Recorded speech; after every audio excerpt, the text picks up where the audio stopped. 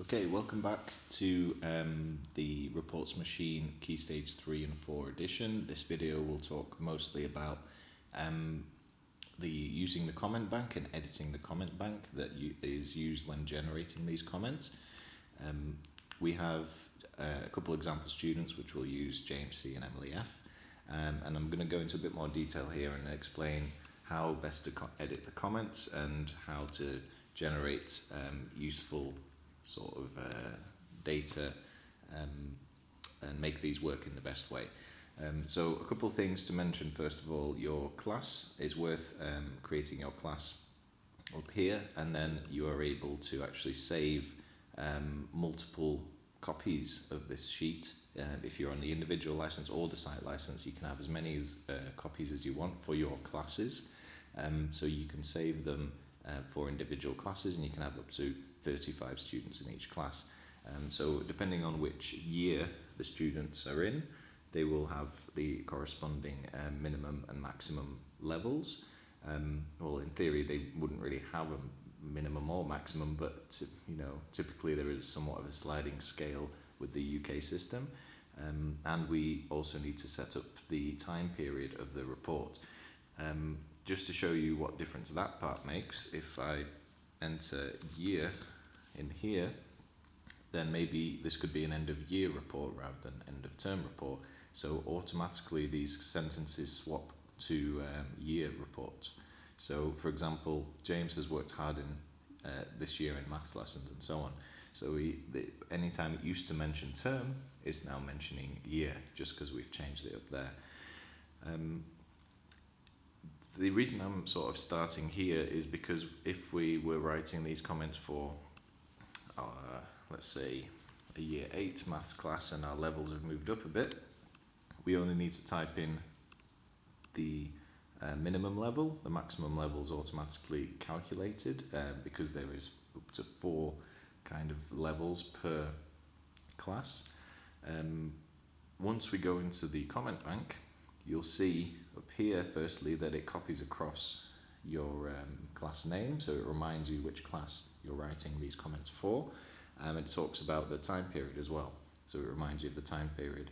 Now the levels actually appear next to the boxes automatically, so from now, because I've changed it to start from 2, it's going 2, 3, 4, 5 for sentence 1 and sentence 6 down here as well, but I'll come to those in a minute. Now, how to edit the comment bank. Now, because we've got, we're trying to set this up for grade 8 or year 8 maths, some of these you may want to change. So for example, let's start at the top. So for your very high level students that are achieving an average of a level 5 across their topics, the introduction sentence 1, of course, is going to read differently to a student at the bottom. So you may, if you want, mention the actual grade in here, or the sort of average grade. So in this case, it doesn't mention the number, whereas in this one it does. And maybe we want to change that so that it doesn't mention the level 4 grade and actually mentions level 5 now that we've changed the scale. So all we need to do is just go in there and change that. Okay, and you could simply do that across all of your comments. If you want to reword these or completely rewrite them, that is absolutely fine as well. These sentence structure works in this way. So we've got sentence 1 is the introduction, which is randomly chosen based on final or on reported level. So if the student's reported level is actually their average level, or if you want to override that, you can type a level in here. So you may want to do that. For example, if I'll just switch this back to year 7. Oops, year 7. So if we started off the year with a 1 for number, but then the student made really good progress in the second unit, their average level, let's get rid of these as well, their average level might be a 2. But you might be thinking, actually, this student is working at a level 3. So if I change that to level 3, the average level also kind of overrides to whatever this is. So this student would actually start to get an introductory sentence from these 5 options. Okay, so these comments and these sentences get picked depending on the level, and they get picked at random from these 5. So when you're writing an introduction for a level 3 student, you just need to write it in 5 different ways to add kind of more of a random and individual element to each report. You can, if you can't think of 5, or you don't want to write 5 different ones, you could just write one and actually copy it down somewhat like this. So I've only got one for level 3, so if a student is getting a level 3, they will automatically get, they will always get this comment, because no matter which one it picks out of these 5 boxes, they're all the same sort of text inside. That works across some of the other areas as well. Now, sentence 1A, as it's called down here, is the target level comparison, and this is just something really simple that we've added in to the system that allows you to kind of mention if the grade that they have been given is above or below or in line with their target grade set for the year or for the term or whatever. The next one is effort and consistency. This actually builds, this actually takes into account effort and consistency levels. So 3-3 means high effort, high consistency, high effort, medium consistency, high effort, low consistency. The effort score comes from this box. So if you put a 2 in there, actually I'm going to just give him a full set of results. Let's give him another 1 and a 4. Now you would probably agree that that is quite low consistency, right?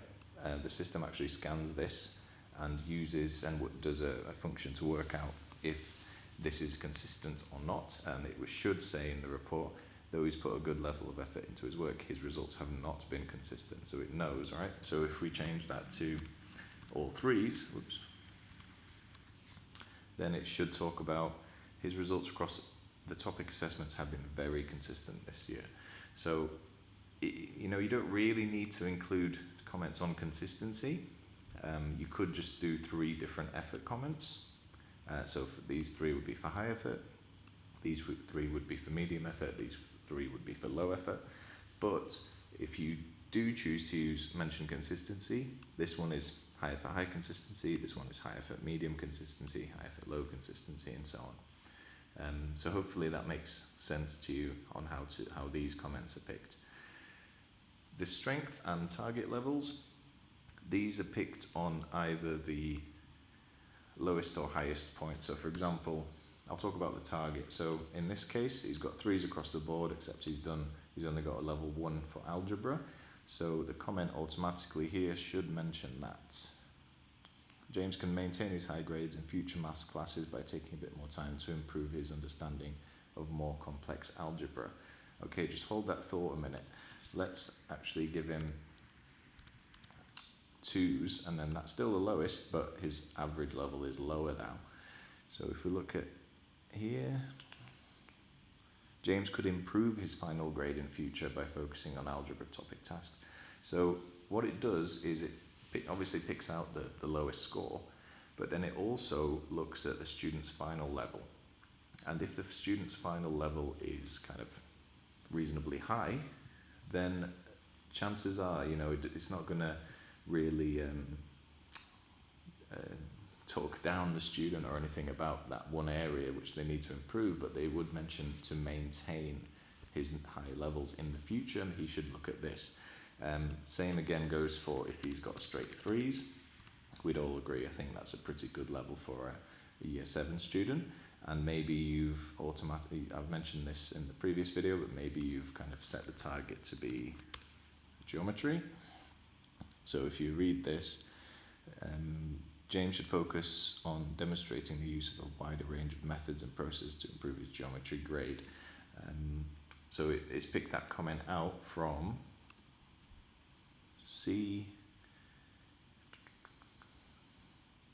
this one here. Okay, so it's appreciated that James is already getting high scores, but he still needs to improve his C, which is his geometry score. If he were a lower ability student, as in lower average level student, the way these comments could be written would be different. So for example, student's geometry assessment let him down this term, whereas a high level student would get students should focus on demonstrating use of a wider range of methods. So, their target's going to be a bit different if they're already high level or if they're, particularly low level kind of overall across the subject area. So that allows you to kind of make it sound a bit better, the report, not just saying, giving a target that sounds either too negative or whatever for a high student or too positive for a low student. You can adjust that here. Again, if you're not worried about using this level kind of adjustment as well, you could just give 3 different ways of improving the A criteria or the A topic, 3 different ways of improving B, 3 different ways of improving C and D. Okay, and we can use up to 4 different topic areas, and these could be quite general, like in this sheet we've got number, algebra, geometry and statistics.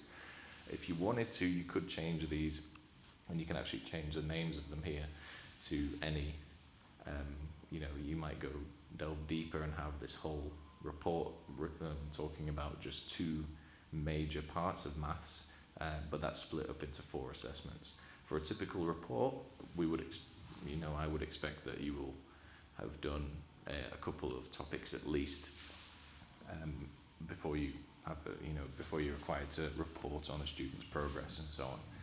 So this usually works quite nicely. Moving on, we've got this organisation and homework. So again, this is very similar in its operation to the effort and consistency. So there are 2 things used. So it talks about organisation and homework. So high level homework, high level organisation. High level organisation, high homework, high organisation, medium homework, high organisation, low homework score. And you get the idea. It works in exactly the same way as this one in terms of how the comments are written and how they're slightly different. And you can have a read of these examples, these actual examples in the trial or in the individual license system you've got. Finally, the sentence 6 comes from the overall kind of level as well. And this is coming from like a random element. So you've got 5 different options here for a conclusion for a level 4 student, 5 different options for level 3 and so on. And if you have a read of some of these, you'll be able to deduce how I've kind of arranged these example comments and how you might want to edit your own to fit. Or if you don't want to write 5 right now, you could just write 1 for every kind of grade level, every kind of average level, and just copy them 5 times, and that way you'll always get something. And then maybe over time you can improve these. Now, how do you actually edit them? You can write them in plain English, but you do need to edit a couple of little things, and this is all kind of explained up here. So if I zoom into this example comment, now this isn't, this is a very general comment, but this just shows you which of the key words you need to change for this system to understand your comments. Now this isn't like the mail merge sort of type of thing that you may have seen in similar systems, or the comment builders and comment banks from the past. This is a little bit more easy because all we do is change the student name. So we've got Adam here, and we change his name to student exclamation point with a capital S. We also mention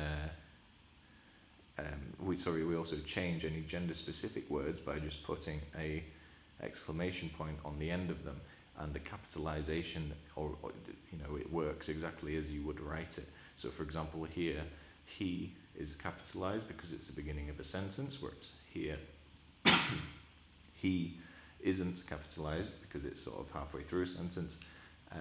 You just need to make sure all of your text is written exactly how you would write it, except you would add these exclamation points. Now the only other addition here is this term. Okay, so by adding a term exclamation point, this will allow this particular word to be swapped out for year or semester or week or any other time period that you type in up here. All right, so that allows you to quickly switch between term and year and so on. If you know you're only ever going to use this to write term reports, there is no need to worry about that, but it's there if you need it. Also, all these comments always need to be written for a male student. Okay, so when you write your example comments that you're going to use across both boys and girls, write them for a male student, and just for every gender specific words, you just put an exclamation point at the end. So that about wraps up the comment bank. The best way to learn it and understand it is just to have a go at it, start putting in your own comments and see how the system works. If you have any questions, please contact the reports machine directly here, and they will be able to give you a hand with your comments, and you may be able to work together in your departments actually and build comments together, which will save the whole group a significant amount of time when it comes to report writing. Thank you for watching.